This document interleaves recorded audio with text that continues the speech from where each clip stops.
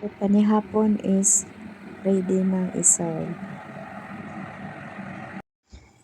So, may crab meat tayo. Steam na lang natin to ng 10 minutes. Nagpakulo muna tayo ng tubig. So, cucumber.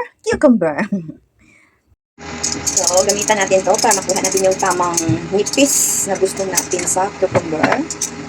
Ito, hindi ko ito ginagamit sa ano natin. Hindi ko pa. Yan, tapon ko.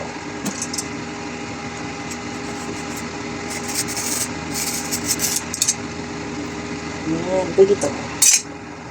Gagawin natin is, i-roll natin yung crab.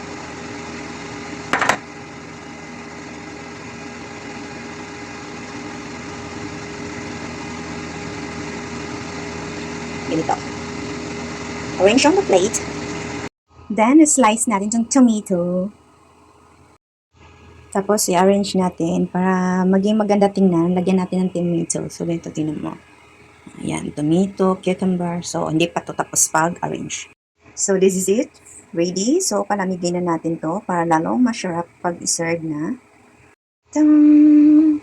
So, palamigin muna natin to. Yun, pinakuluan natin yung mga patatas.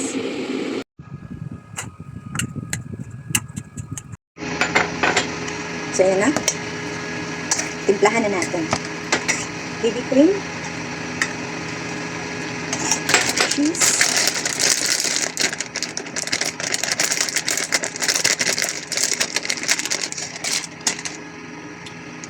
Salt.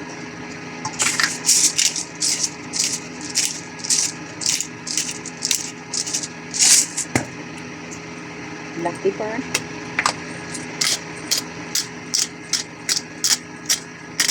And mitos-mitos.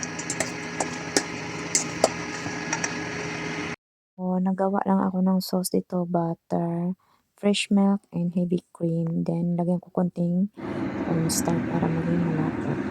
Then, chicken cubes.